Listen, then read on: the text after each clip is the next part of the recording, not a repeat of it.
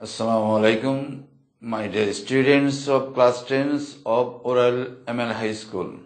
Welcome back to my English second paper class for the student of class 10. প্রিয় শিক্ষার্থীবৃন্দ, অনেকদিন পরে আমি আজকে লাইভে আসছি তোমাদের জন্য একটি ক্লাস নিয়ে। আমি ওরাল বহুমুখী উচ্চ বিদ্যালয়ের দশম শ্রেণীর শিক্ষার্থীদেরকে যারা 2021 সালে এসএসসি পরীক্ষা দিবে তাদেরকে আমার এই ক্লাসে আমন্ত্রণ জানাচ্ছি ওরাল বহুমুখী অনলাইন হাই স্কুলের পক্ষ থেকে। ওকে, আর কথা না বাড়িয়ে আমি ক্লাসটি শুরু করতে যাচ্ছি। তবে আমি আজকে যে ক্লাসটি করতে যাচ্ছি সেটি হচ্ছে ইংরেজি গ্রামারের খুবই একটি ইম্পর্টেন্ট টপিক, ভয়েস, যেটা আগে অনেকবার করানো হয়েছে তোমাদেরকে ক্লাস 7 থেকে বা 8 থেকে এগুলি পরে আসতেছে। তো আজকে কোনো আমি ভয়েসের ডেফিনেশন বা ক্লাসিফিকেশন বা টাইপস অফ এগুলি নিয়ে আলোচনা করব না, কেননা এগুলি তোমাদেরকে অনেকবার পড়ানো হয়েছে, শেখানো হয়েছে, এগুলি তোমরা জানো। আজকে আমি তোমাদের সাথে যে বিষয়টি শেয়ার করবো সেটা হচ্ছে যে প্র্যাকটিস অ্যাক্টিভিটিতে করব, এবং তোমাদের সাথে আমি যেটি শেয়ার করব সেটা হচ্ছে বাংলাদেশে তোমরা জানো বিসিএস পরীক্ষা হয়ে থাকে প্রায় প্রতি বছরেই। তো বিসিএস পরীক্ষায় বিভিন্ন বিসিএস পরীক্ষায় যে সকল সেন্টেন্স ভয়েস আকারে আসছে, ভয়েস করার জন্য বলা হয়েছে, ওইখান থেকে কিছু ভয়েস আমি নিয়েছি, অর্থাৎ কিছু প্রশ্নের সমাধান করব। বিভিন্ন সনে বিসিএস পরীক্ষায় এসেছে এমন কিছু ভয়েসের সেন্টেন্স আমি আজকে তোমাদের সামনে সমাধান করব, তোমাদের সাথে শেয়ার করব।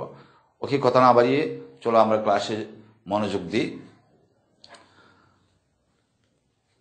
আমি আমার পুরাতন শিক্ষার্থী যারা হায়ার লেভেলে পড়াশোনা করছে কিংবা চাকরির জন্য প্রস্তুতি নিচ্ছে তাদেরকেও আমার এই ক্লাসটি দেখার জন্য আমন্ত্রণ জানাবো। ওকে, আর কথা না বাড়িয়ে আমরা ক্লাসে মনোযোগ দিই। আমি এখানে 60টি ভয়েসের সেন্টেন্স লিখেছি বিভিন্ন বিসিএস পরীক্ষায় এসেছে এমন প্রশ্নে। তো 1 নাম্বার যে বাক্যটি সেটা হচ্ছে হুই ইজ কলিং মি। এই বাক্যটি 14th বিসিএস মানে 40তম বিসিএস এই বাক্যটি এসেছে ভয়েস চেঞ্জ করার জন্য। Number 2, do you know them, এটা 39th বিসিএস এই প্রশ্নটি এই বাক্যটি এসেছে ভয়েস করার জন্য।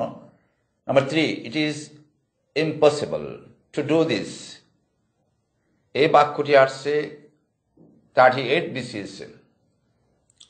Number 4, who planted this tree here? 37th BCS এই প্রশ্নটি আসছে ভয়েস করার জন্য বাক্যটি আসছে। Number 5, you must shut these doors.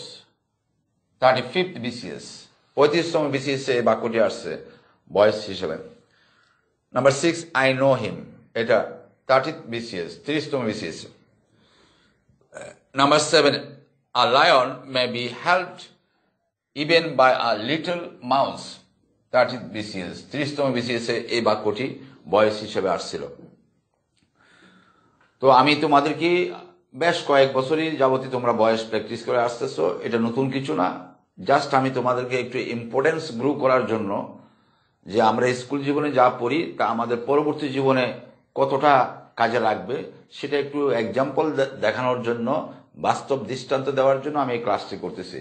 বিভিন্ন বিসিএস পরীক্ষায় এসেছে এমন কিছু ভয়েসের সেন্টেন্সকে আমি সমাধান করতে যাচ্ছি, তোমাদের সাথে শেয়ার করতে যাচ্ছি। ওকে, প্রিয় শিক্ষার্থীবৃন্দ, প্রথমে আমি শেষের দিক থেকে করে যাব। 7 নম্বর বাক্যটি সমাধান করব। 7 নম্বর বাক্যটা কি? A lion may be helped even by a little mouse. Dear student, in this sentence the subject is a lion and may is the model auxiliary verb and be is be verb that we use in the passive form. যখন modal auxiliary থাকে প্যাসিভে, আমরা modal auxiliary পরে কি লিখি? B লিখি, তারপর কি লিখি? মেইন ভার্বের ফার্স্ট পার্টিসিপল ফর্ম। তাহলে may be helped, that means this sentence is in the passive form. এই বাক্যটি প্যাসিভ ফর্মে আছে, তার মানে আমরা এটাকে কি করব? অ্যাক্টিভ করব। Even by a little mouse, এখানে ডুয়ারকে আ লিটল মাউস, ডুয়ার মানে তো আমরা জানি যে কাজটি করে, তার মানে ডুয়ারটা কি হয়ে যায়, পেসিভে অবজেক্ট হয়ে যায়। প্রিপোজিশন বসিয়ে আমরা কি করি, সাবজেক্টকে অবজেক্ট করি। তার মানে এই স্ট্রাকচারটি হচ্ছে কি পেসিভ। এখন আমরা এটাকে অ্যাক্টিভ করব। তো এখানে ডুয়ারকে, অবজেক্টকে, প্রেপোজিশনের পরে কি আছে, আর লিটল মাউস, আর লিটল মাউস হচ্ছে অবজেক্ট, এটাকে আমরা অ্যাক্টিভে কি করব, সাবজেক্ট করব, তাই না? কিন্তু এখানে একটা অ্যাডভার্ব আছে, ইভেন। ইভেন শব্দটি অ্যাডভার্ব হতে পারে, অ্যাডজেক্টিভ হতে পারে, আবার এটা ভার্বও হতে পারে। ইভেন এমন কি, এই অর্থে এটা অ্যাডভার্ব হতে পারে। আবার ইভেন মসৃণ বা সমতল, এই অর্থে এটা অ্যাডজেক্টিভ হয়। Even in sometimes, even is also use as verb, সমতল করা, সমান করা। বাট ইন পোয়েট্রি, সাহিত্যের ক্ষেত্রে, কবিতার ক্ষেত্রে ইভেনকে সাহিত্যিকরা, কবিরা নাউন হিসাবে সান্ধ্য অর্থ, সন্ধ্যাকালটাকে বোঝাতে ইভিনিং অর্থে ইভেনকে আবার ব্যবহার করে, তখন এটা নাউন হয়। যাই হোক, এখানে এটা অ্যাডভার্ব। এখানে এটা কোথায় আছে, মূল ভার্বের ফার্স্ট পার্টিসিপল ফর্মের পরে এবং প্রেপোজিশন বাই এর আগে। কিন্তু যখন এটাকে আমরা অ্যাক্টিভ করব, তখন এটার স্থান হবে বাক্যের শুরুতে। এমনকি, ইভেন, তাহলে প্রথমে আমরা লিখবো কি, ইভেন, এই অ্যাডভার্বটা, এটা একটা সেন্টেন্স অ্যাডভার্ব হবে, পুরো বাক্যটাকে এটাকে কি করবে, মডিফাই করবে। এই জন্য এটাকে আমরা কোথায় লিখবো এখন, বাক্যের প্রথমে, ইভেন, এমনকি। এখন আমরা অবজেক্টটাকে কি করবো, সাবজেক্ট করবো। যেটা পেসিভে অবজেক্টটাকে এটা অ্যাক্টিভে সাবজেক্ট করতে হবে। আর লিটল মাউস,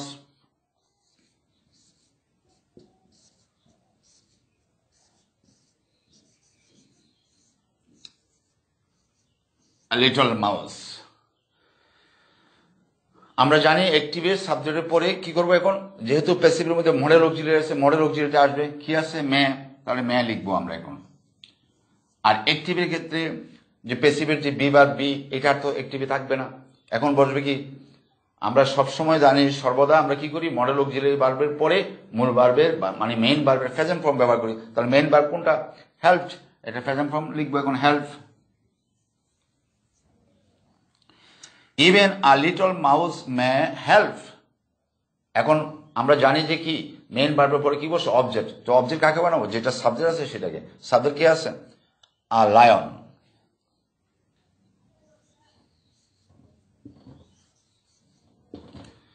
এখন এটা অ্যাক্টিভ হয়ে গেছে। যেটা অবজেক্ট ছিল, অবজেক্ট কি ছিল, আ লিটল মাউস, সেটাকে সাবজেক্ট বানালাম। মডেল অক্সিলারি ছিল, মডেল অক্সিলারি লিখলাম। অ্যাক্টিভে ভি ভার্ব থাকবে না, মূল ভার্বের অক্সিলারির পরে কি বসবে, মেইন ভার্বের প্রেজেন্ট ফর্ম রাখলাম। তো মেইন ভার্বের পরে কি বসে, যে কোনো বাক্যে সাধারণত অবজেক্ট বসে, তো সাবজেক্টকে অবজেক্ট বানালাম। এই ইভেন্টটা হচ্ছে সেন্টেন্স অ্যাডভার্ব। প্যাসিভের সময় এটা কোথায় চলে গেছে, প্রেপোজিশন এবং মেইন ভার্বের মাঝখানে। Okay, dear students, now I would like to solve the previous one. আমরা এখন 6 নাম্বারটা দেখব। I know him, very easy, very easy. I know him, simple present tense, isn't it? তো এখানে অবজেক্ট কি, হিম। হিমকে আমরা কি বানাবো, সাবজেক্ট বানাবো।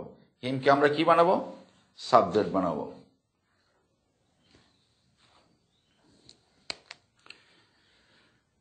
হিমকে যদি সাবজেক্ট বানাই তাহলে কি হবে, হিমটা অবজেক্ট আছে, এটাকে সাবজেক্ট বানাবো, হিমকে সাবজেক্ট করলে হি হবে। পেসিভের ক্ষেত্রে বি ভার্ব আনতে হয়, অবজেক্টকে সাবজেক্ট করার পরে টেন্স অনুসারে কি আনতে হয়, বি ভার্ব আনতে হয়।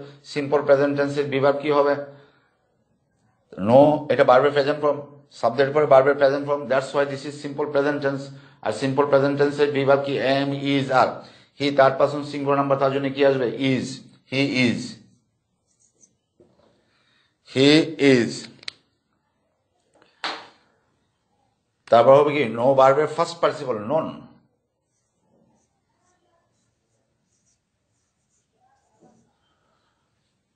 এখন সাবজেক্টকে অবজেক্ট করা ছাড়া অন্য কোনো কাজ নেই, আছে?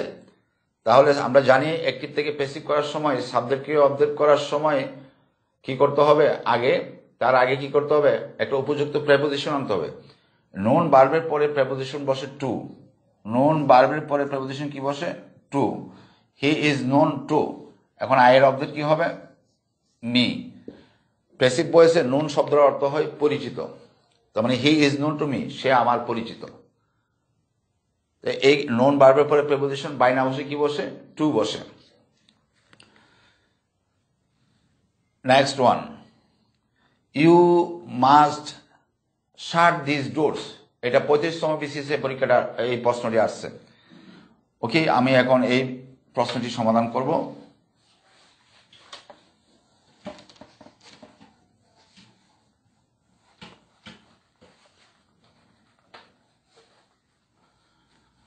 আমরা এখন 5 নাম্বার সমস্যাটি সমাধান করব। 5 নম্বর বাক্যটি হচ্ছে you must shut this doors. Dear students, এখানে subject you, must modal auxiliary, main verb হচ্ছে শাট, তারপরে দিস ডোরস হচ্ছে কি অবজেক্ট। তো আমরা ভেরি কমন বিষয় যে অবজেক্টকে কি করব? সাবজেক্ট করব।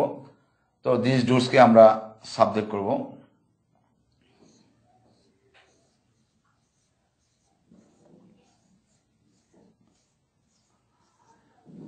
আমরা জানি অ্যাক্টিভে যদি মডেল অক্সিলারি থাকে, অবজেক্টকে সাবজেক্ট করার পরে মডেল অক্সিলারি লিখতে হবে। মাস্ট মডেল অক্সিলারি হিসাবে সেটা লিখলাম। আর প্যাসিভ মানে বি ভার্ব আসতে হবে, মেইন ভার্বের আগে বি ভার্ব আসতে হবে। আর মডেল অক্সিলারির পরে বি ভার্ব হিসেবে কি বলবে? বি ভার্বের মাদার ফর্ম বসবে, মূল রূপ বি। তারপরে মূল ভার্বের ফার্স্ট পার্টিসিপল। শাট এমন একটি ভার্ব যেটা তিনটা ফর্ম একই রকম, শাট শাট শাট, বন্ধ করা অর্থে শাট। These doors must be shut. এখন আমরা লিখতে পারি বাই ইউ। এটা আমি ব্র্যাকেটে লিখলাম। কেন ব্র্যাকেটে লিখলাম? অ্যাকচুয়ালি এখানে ইউটা আনছে এমফাসিস করার জন্য। এটা অ্যাকচুয়ালি বিষয়টা এরকম, শাট দিস ডোরস, দরজাগুলো বন্ধ করো। কিন্তু এই ইম্পারেটিভ সেন্টেন্সে ইউটা কি থাকে? উজ্জ্ব থাকে। কিন্তু কখনো কখনো ইউটাকে প্রকাশ করা হয় এমফাসিস দেওয়ার জন্য, মানে জোর আরোপ করার জন্য। তো আমরা যদি এইভাবে লিখি দিস ডোরস মাস্ট বি শাট, এই জিনিসটা, এই কথাটা যদি প্রেপোজিশন বাই বসিয়ে যদি ইউ সাবজেক্টকে অবজেক্ট নাও করি, এরপরও ধরে নেওয়া হবে এখানে ইউ ডোয়ার হিসেবে ইউ আছে। তো 4টি উত্তরের মধ্যে যেটা সঠিক উত্তর ছিল সেটা হচ্ছে যে এটা। আমরা বাই ইউ দিতেও পারি, না দিলেও কোনো সমস্যা হয় না। বলে কেন? এখানে ইউ সাবজেক্টটা আনা হয়েছে ইম্পারেটিভ সেন্টেন্সে, কখনো কখনো ইউটাকে উল্লেখ করা হয় জোর আরোপ করার জন্য। তো ইউটা যদি আমি এখানে প্রেপোজিশন বসিয়ে ইউকে অবজেক্ট নাও করি, এরপরও ধরে নেওয়া হবে এখানে কি আছে? ইউ আছে। এই জন্য বাই ইউ লিখলেও হবে, না লিখলেও হবে। Have you got the point? Okay, the previous one, 37তম বিসিএসে এই বাক্যটি এসেছিল ভয়েস করার জন্য। Who planted this tree here? Who planted? Dear students and respected viewers, who দ্বারা বাক্যটি শুরু হয়েছে। এখানে হুটা হচ্ছে একটি ইন্টারোগেটিভ প্রোনাউন। এটা এই প্ল্যান্টেড ভার্বের সাবজেক্ট, দিস ট্রি হচ্ছে অবজেক্ট, হিয়ার হচ্ছে অ্যাডভার্ব। কে এখানে এই গাছটি রোপণ করেছিল? তো আমরা জানি যে সচরাচর আমরা অবজেক্টকে সাবজেক্ট করি, কিন্তু এখানে এবং সাবজেক্টকে কি করি? অবজেক্ট করি। কিন্তু এই বাক্যটি হু দ্বারা শুরু হয়েছে। হু দ্বারা যখন কোনো বাক্য শুরু হবে, তো হু তো ইন্টারোগেটিভ প্রোনাউন এবং হু একটা ডাব্লিউএইচ ওয়ার্ড। এটাকে আমরা যদি, এটা যদি সাবজেক্ট হয়, এটা যদি পিছনে নিয়ে যাই, সবার শেষে নিয়ে যাই, তাহলে বাক্যটার অর্থটা ঠিক থাকবে না। এই জন্য একটু ব্যতিক্রম হচ্ছে হু এর ক্ষেত্রে, ডাব্লিউএস ওয়ার্ডের ক্ষেত্রে ডাব্লিউএস ওয়ার্ডটা প্যাসিভ ভয়েস করলেও বাক্যের শুরুতেই থাকে। তো হু এখানে সাবজেক্ট আছে, এটা হয়ে যাবে অবজেক্ট। তো অবজেক্ট সচরাচর প্রেপোজিশন যুগে বাক্যের শেষে বসে, কিন্তু হু এর ক্ষেত্রে ভিন্ন। হু এর ক্ষেত্রে এটা যদিও আমরা সবার শেষে যাওয়ার কথা, এটাকে প্রথমে করতে হবে। তখন হুকে আমরা প্রথমে কি করব? হুটা সাবজেক্ট, এটাকে অবজেক্ট করব। অর্থাৎ হু বাক্যের শেষে যাবে না, এটাকে লিখতে হবে কোথায়? এটার অর্থটাকে ঠিক রাখার জন্য এটা বাক্যের প্রথমে লিখতে হবে। তো হু থাকলে আমরা প্রেপোজিশন বাই সহ হু এর অবজেক্টিভ কেস লিখি হুম। এই যে হু এর পরিবর্তে বাই হুম লিখলাম, এটা কিন্তু সাবজেক্টকে অবজেক্ট করছি। যে কাজটা আমরা সবার শেষে করলাম ওই কাজটা সবার আগে করলাম, কিন্তু এখন পর্যন্ত কিন্তু আমরা প্রথম কাজটি করা হয়নি। প্রথম কাজটা কি? অবজেক্টকে সাবজেক্ট করা। অবজেক্ট কি এখানে? This tree. দিস ট্রিকে যদি আমরা সাবজেক্ট করি তাহলে সাবজেক্ট করার পরে আমরা টেন্স অনুসারে কি আনবো? To be verb. যেহেতু মূল ভার্ব এখানে প্ল্যান্টেড, মূল ভার্বের ফার্স্ট ফর্ম, সেহেতু ফার্স্ট ইনডিফিনিট টেন্সে টু বি ভার্বে ওয়াজ ওয়ার। দিস ট্রি যেহেতু সিঙ্গুলার তার জন্য টু বি ভার্ব থেকে ওয়াজ। আর এটা যেহেতু ইন্টারোগেটিভ সেন্টেন্স সেহেতু এই টু বি ভার্বটা সাবজেক্টের আগে বসবে। এই জন্য লিখবো এখন টু বি ভার্ব ওয়াজ, এরপর লিখবো অবজেক্টকে সাবজেক্ট করে লিখবো দিস ট্রি। ওয়াজটা যদি অ্যাসার্টিভ সেন্টেন্স হতো তাহলে ওয়াজটা বসলো দিস ট্রির পরে। যেহেতু ইন্টারোগেটিভ সেহেতু বি ভার্বটা কোথাও বসবে? সাবজেক্টের আগে। It's easy, you know it better. এখন বলবি মূল ভার্বের ফার্স্ট পার্টিসিপল প্ল্যান্টেড। মূল ভার্বের ফার্স্ট পার্টিসিপল প্ল্যান্টেডই হবে।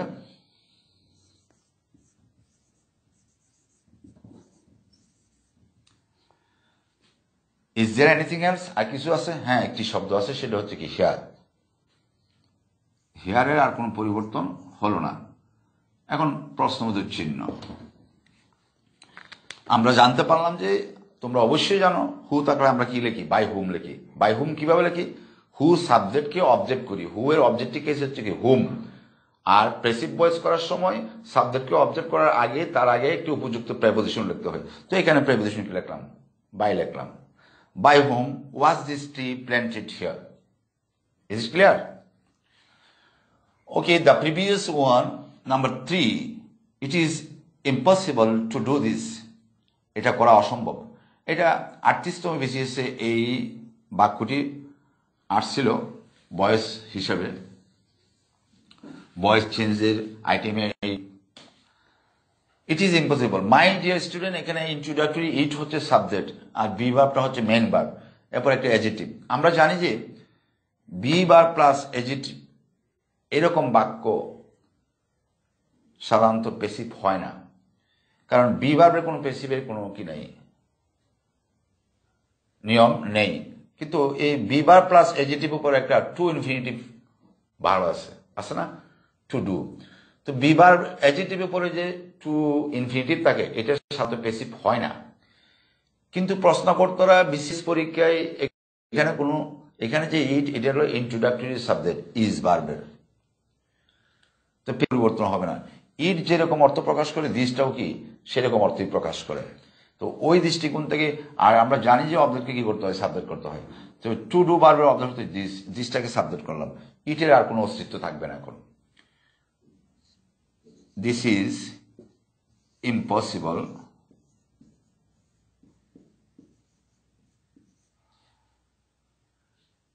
এখন টু ডু ভার্বের পেসিভ করব। টু প্লাস ভার্বকে পেসিভ করতে বলে টুর পরে পেসিভের বি ভার্ব হিসেবে বি আনতে হবে, তারপরে ভার্বের ফার্স্ট পার্টিসিপল লিখতে হবে।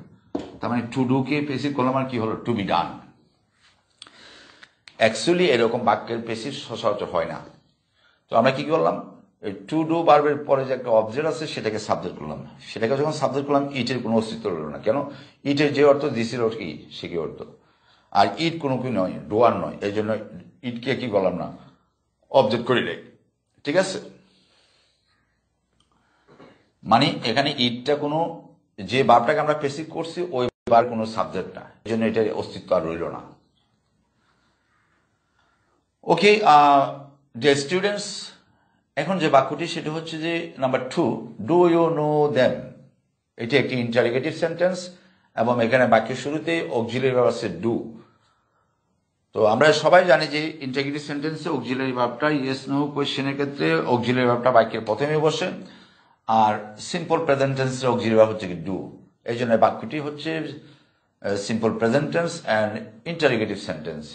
এটা 39তম বিসিএসে এই প্রশ্নটি আসছিল। যাই হোক, আমরা এটা এখন সমাধান করব। তো আমরা জানি যে অ্যাক্টিভ থেকে পেসিভ বা পেসিভ থেকে অ্যাক্টিভ মানে হচ্ছে অবজেক্টকে সাবজেক্ট করা, সাবজেক্ট অবজেক্ট করা। তো প্রথম কাজ হচ্ছে অবজেক্টকে সাবজেক্ট করা। তো দেখো এখানে দ্যামকে যদি আমি সাবজেক্ট করি তাহলে কি হবে, দে। দেয়ার পরে বিভার্ব, সিম্পল প্রেজেন্ট টেন্সের বিভার্ব কি আসবে, যেহেতু এখানে এটা simple present tense, am is are, they যেহেতু বহুবচন, দেয়ার জন্য কি আসবে, আর। এখন কোশ্চেনটা হচ্ছে এখানে এটা ইন্টারোগেটিভ সেন্টেন্স, টু বি ভার্বটা কি সাবজেক্টের পরে বসবে, আগে বসবে, আগে বসবে অবশ্যই। যে আমরা প্রথমে লিখবো আর, দেয়ার জন্য কি বসবে, আর, এই আরটা প্রথমে লিখলাম। আর ডু ভার্বের, ডু অক্সিলারি ভার্বের কোনো অস্তিত্ব থাকবে না পেসিভে। যখন অক্সিলারি ভার্ব হিসেবে ডু ডাজ ডিড থাকবে, পেসিভ ভয়েসে এই ডু ডাজ ডিড এর কোনো অস্তিত্ব থাকবে না। আর দে, এখন নো ভার্বের ফার্স্ট পার্টিসিপল ফর্ম কি হবে, নোন। আমরা কিছুক্ষণ আগে পড়লাম নোন ভার্বের পরে প্রিপোজিশন কি হবে, টু বলবে। Are they known to, subject ছিল ইউ, ইউকে অবজেক্ট বানাইলাম। এখন question mark, are they known to you, are they known to you. And the first one, but আমি প্রথমটাকে একদম সবার শেষে করতেছি, যে হু ইজ কলিং মি, এটার ইন্টারোগেটিভ প্রোনাউন হু দ্বারা শুরু হয়েছে, তারপরে অক্সিলারি ভার্ব আছে ইজ, মেন ভার্ব কলের সাথে কি যোগ করা আছে, আইএনজি আছে, তাই না? তার মানে এটা interrogative sentence and present continuous. কেন, এখানে হুটা সাবজেক্ট, সাবজেক্টের উপরে অক্সিলারি ভার্ব আছে ইজ, তারপর মেন ভার্বের সাথে আইএনজি যুক্ত আছে, এই স্ট্রাকচার হচ্ছে প্রেজেন্ট কন্টিনিউয়াসের, ইজন্ট ইট? এটা 40তম বিসিএসে এই প্রশ্নটি আসছিল। তো আমরা কিছুক্ষণ আগে জানতে পারছি যে হু থাকলে আমরা প্রথমে কি লিখবো, বাই হোম লিখবো। তো লিখলাম বাই হোম। হু এর অবজেক্টিভ কেস কি লিখলাম, হোম, আর প্রেপোজিশন কি লিখলাম, বাই। যাই হোক, সেটা আমরা এই কাজটা হচ্ছে সব শেষের যে কাজটা সেটা সর্বপ্রথম করলাম, বিকজ ডাব্লিউএস ওয়ার্ডের ক্ষেত্রে এই কাজটা আমরা করি। এখন আমরা কি করব, এক নম্বর কাজটা করব। এক নম্বর কাজ কি, অবজেক্টকে সাবজেক্ট করা। অবজেক্ট কি, মি। মিকে যখন সাবজেক্ট করব, আই হবে। আই এর সাথে অক্সিলারি ভার্ব প্রেজেন্ট কন্টিনিউয়াস টেন্সের তো ইজ বসবে না, বসবে কি, এম। এখন অক্সিলারি ভার্বটা কি সাবজেক্টের আগে বসবে না পরে বসবে, অবশ্যই আগে বসবে, তখন লিখবো এম, এরপর সাবজেক্ট। আমরা জানি পেসিভ মানে বিভার্ব আনা, তো কন্টিনিউয়াসে বিভার্ব কি আসবে, বিং। তাহলে am being, is being, are being. Am being, is being, are being বসার সময় একসাথে বসবে না। যদি অ্যাসার্টিভ হয় তাহলে একসাথে বসবে, আর ইন্টারভিউটির ক্ষেত্রে এম ইজ আরটা আগে বসবে সাবজেক্টের, আর বিংটা বসবে কি সাবজেক্টের পরে। এখন হবে মূল ভার্বের ফার্স্ট পার্টিসিপল ফর্ম। কন্টিনিউয়াসের যে আইএনজি, সেই আইএনজিটা বি ভার্বের সাথে যুক্ত হয়ে গেছে। এখন মূল ভার্বের সাথে যে আইএনজি আছে সেটা উঠে যাবে, সেটা উঠে গিয়ে কি হবে, ফার্স্ট পার্টিসিপল হবে, called. Is there anything else? আর কিছু নয়, শুধু প্রশ্নবোধক চিহ্ন আছে। এই প্রশ্নগুলি সমাধান করার অর্থ হচ্ছে যে প্রিয় শিক্ষার্থীরা, তোমাদের মধ্যে একটি ইম্পর্টেন্স গ্রো করার জন্য, যে আমরা 7, 8, 9, 10-এ যে পড়াশোনা 6 to 10 পর্যন্ত ইংরেজি গ্রামার, গণিত, বিজ্ঞান, বাংলা ব্যাকরণ, আমরা যাই পড়ি না, ইতিহাস, ভূগোল, এগুলি আমাদের বাস্তব জীবনে, উপরের জীবনে, অর্থাৎ উপরে গিয়ে আমাদের কেরিয়ার বিল্ড আপ করার জন্য এগুলি খুবই খুবই ইম্পর্ট্যান্ট। এই জন্য এখানে একটু মনোযোগ সহকারে পড়তে হবে। এখানে যদি শিখে ফেলতে পারি, পরবর্তীতে লাইফটাকে সুন্দর করতে পারবো। আমি আশা করছি তোমরা ক্লাসটা উপভোগ করেছো, এবং পরবর্তী ক্লাসের জন্য সবাইকে আমন্ত্রণ জানিয়ে আমি এখানে বিদায় নিচ্ছি। আসসালামু আলাইকুম।